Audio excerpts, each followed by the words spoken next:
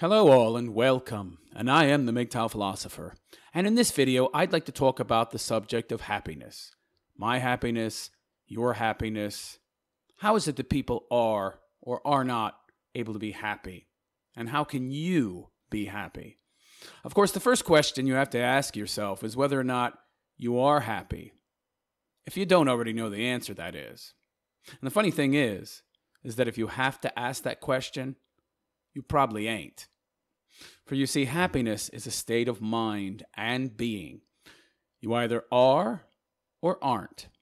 Of course, upon hearing this, it's likely that you'll ask the question, how then do I become happy? Well, the answer is that you don't. You're either happy or you're not. It isn't a matter of simply doing this or that, and presto, you become happy. No. You know what's funny? But when you're growing up, no one really teaches you about happiness in any direct way. Not really. At least that seems to be the case with most of us insofar as our upbringings. Most parents don't even seem to consider happiness as something that needs to be taught directly. Heck, in the eyes of most, it's just a given that your kids will be happy so long as he or she is educated and thereby has the tools and the opportunities available to them to do what they want to do in life. Do this, and the carrot at the end of the stick that's happiness, well, that'll be yours. Essentially, happiness is seen as a reward for a job well done. And that's all you need to be happy, isn't it? Just do the job of life well, and happiness will be yours once you've attained that which you desired and worked hard to achieve, right? Happiness, after all, is just a byproduct of getting what you want. Isn't it? And that's the only lesson that most parents teach their kids, a lesson that we as adults continue to carry with us. Chase it. Go after it. Achieve something you want to do or want to have, and you'll then find happiness. Yes, it's a culmination of all your efforts. But you see, happiness isn't something you can simply chase or catch. It isn't something that you can find, attain, or acquire. It cannot be achieved through fulfilling one's wants, cravings, or desires. However, if that's the case, if happiness cannot be acquired or achieved, then how can one be happy in this world? Well, to be honest, the answer is as much about what you don't do as it is about what you do. First, don't fall into the trap of thinking that things or achievements can make you happy. That's not to say that things such as dreams are bad. No. Having dreams, well, that's a good thing. But achieving them, well, that doesn't bring you happiness. Not really. No. No thing can do that. Hence, don't tell yourself you'll be happy when you get or achieve something. You won't. Second, don't live anywhere but in the now, because only now exists. You know, we humans, we have a unique ability to live in other times and places. Our minds are sophisticated enough that we can leap forward into all sorts of possible futures, or retreat into the past. Too often we live in our own minds and don't pay attention to what's going on in the world around us. We end up experiencing the past, the future, or other possible realities instead of experiencing the here and now. Simply put, don't live in other times or places. The past, it doesn't exist. The future doesn't exist. No other time or place exists except for right here, right now, in this moment. No other now exists except the now you are in. That's the now that deserves every single bit of your attention and care. Anything else? Well, anything else just isn't living. Anything else simply isn't real and is a waste of your precious time. Only ever live in the here and now, because that's all there is and that's all you have. Third, stop thinking those deep thoughts. Life, the universe, it's all one giant mystery that can never be solved, but I'm still going to spend time trying to figure it out. No, you'll never figure it out. So don't even try.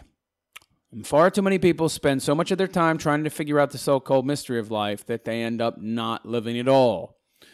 Why are we here? What is life? What's the purpose of life? Who made us? Where did we come from? What is the meaning of it all?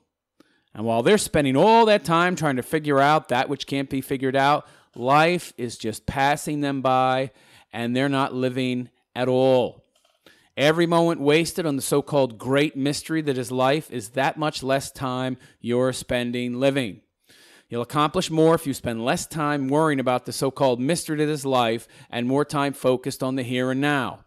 Stick with the questions that have real answers that are directly related to the reality we live in, and not those questions that have no answers at all. Life's a mystery for a reason. Fourth, expectations. Have as few of them as necessary. This, in part, has to do with living in the moment. And it's not to say that if you're a boss, you shouldn't have expectations about whether or not your employees are doing a good job or not, or that you shouldn't expect your mechanic to do a good job fixing your car. No. Some expectations, after all, are valid, warranted, and, by the way, necessary. Just don't have them when it comes to that which you simply can't know. For example, what might be around the next bend or over the next horizon? You see, that's part of the joy of life, the not knowing. And the moment you start losing the sense of wonder and awe that comes with the unexpected, the unknown, well, that'll be a sad day indeed. Fifth, attachment. It's bad. To become attached to things, to times, to ways of living, to ways of thinking, none of these are good. Everything changes. Nothing stays the same. It's the one constant in the universe that you can count on. Though I will admit that some people seemingly never do change, except that they age, but in every other way, they remain more or less the same. That said, you most certainly cannot count on life to remain the same forever. And why would you want it to? The adventure that is life is an adventure, at least in part, because you never know what's going to happen. You never know what change might bring.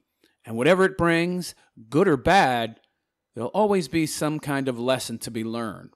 However, if you become attached to your way of life, your way of thinking, your way of doing things, and a better way presents itself, well, you won't have the ability to become better, wiser, because of said attachment. Don't become attached to the way things are.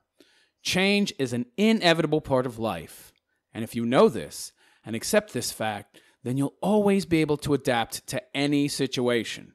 You'll also be able to see change for what it really is, something that makes life interesting and worth living.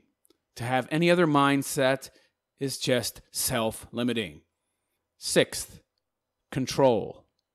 You have none. This lesson is a hard one for most people to learn and accept, because everyone thinks they're in control of their lives, but they're not.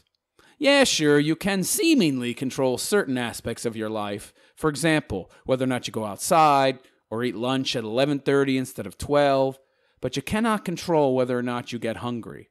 You cannot control whether or not your body needs sunlight to help it produce vitamin D. The only thing you can do is do things that make you feel like you have control, but in the end, you really don't. You can live your life as best you can and affect outcomes to a certain degree in one way or another based on the choices you make, but in the end, you don't really have total control. And that's okay. Seventh, acceptance. Accept that you may or may not be what you want to be. Accept that you may or may not become a doctor. Accept that you may or may not become an astronaut. Accept that you may or may not get married and have kids. Accept that you may or may not get that sports car you wanted. Accept that you may or may not become a world-famous athlete.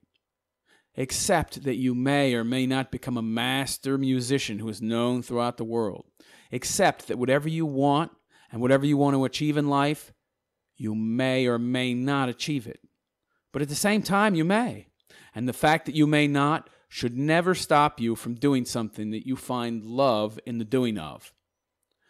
Accept that you may or may not achieve your dreams, and that either way, you're extraordinary, regardless, because you're doing what you find love in doing. that in and of itself is extraordinary indeed. The why of doing it is key. The why, that's everything. Eighth, in the end, we pursue the things that we find love in doing. That's the gift that's bestowed upon us by doing that which suits us. Do what you find love in doing, regardless of what may or may not be the eventual outcome. I'm not saying that you shouldn't have dreams, but don't in any way think that you can control the outcome. You may or may not fulfill your dreams, and that's okay too. Enjoy a thing. Do a thing because you find love in the doing of it, not because of what it may or may not do for you in some far-off future time. By the way, one should be very, very careful about applying this view to one's work life, because maybe the things you find the most love in doing are not very profitable. Or perhaps you're just not, nor ever will be, good enough at these things to make any real profit. So be circumspect in this regard, because always following your passions, no matter what the circumstances, is some of the worst advice you could be given or give to someone. Use your brains in this regard. If someone knows themselves very well, then determining the answer as to whether or not you can make a living from your passions, well, that'll be an easy question to answer. You don't have to make a living doing what you love to be happy. No. Just being able to do it, that's enough. Remember, happiness is not tied up in any one thing. We create the meaning in our lives. Ninth, pay attention. Most people don't. Most people are inside their own heads, off somewhere else, doing something else, or they're on their cell phones. They're paying attention to any and everything except the place and time they're actually in. And that's the only thing that matters. That place, that time, that one moment where we all exist within. Get out of your own head. Look around. Focus every bit of attention, awareness, perception that you have on the world around you. Don't exist anywhere else. Not in your head, not in the future, not in the past, not in some other place. Only here and now. And if you can devote yourself 100% to the moment that you are in, you'll be amazed at the things you can see that were formerly not even evident to you. Everything that had before seemed so ordinary and mundane will all of a sudden take on an incredible vibrancy and intensity, the likes of which you've never before experienced. To devote yourself 100% to the moment, to the experience of simply living, can literally open up a whole new world to you, one that you have not been in to date, even though you think you have for your entire life. You'll also be amazed at just how well you can do things when you are utterly and completely devoted to this moment. No thought, no feeling, no anything except that one moment that is now. Because you're only ever really in that one moment. There's nothing else. And when you put all that aside and you devote yourself to this one moment in time and exist only in this moment, then you are that moment. And you'll be able to do amazing things and perceive amazing things that you formerly could not. Pay attention. 10th, it's the journey, not the destination, that brings us happiness. That doesn't mean that people shouldn't have destinations. They just need to understand that it's the journey to reach that destination that brings us happiness and fulfillment, not the destination itself. And when you understand this and live in the now with total devotion to the moment, you'll understand that every moment we have, every moment we experience is a special one. They're all extraordinary. They're all unique. There's no such thing as an ordinary moment. Happiness isn't some gift or reward. It's not something you finally get to have at the end of a long journey. It is the journey. It's something that everyone can have. It's there for everyone should they make the choice to avail themselves of it. You can be happy if you simply choose to try and understand and then adopt these things that I've listed here. And if you so choose, you can be happy every moment of every day for the rest of your life. It really is your choice. Please like, subscribe, and donate to my Patreon if you feel so inclined. You'll find a link in both the last 20 seconds of this video and in the description. I am the MGTOW Philosopher, and I wish you a good day. Take care.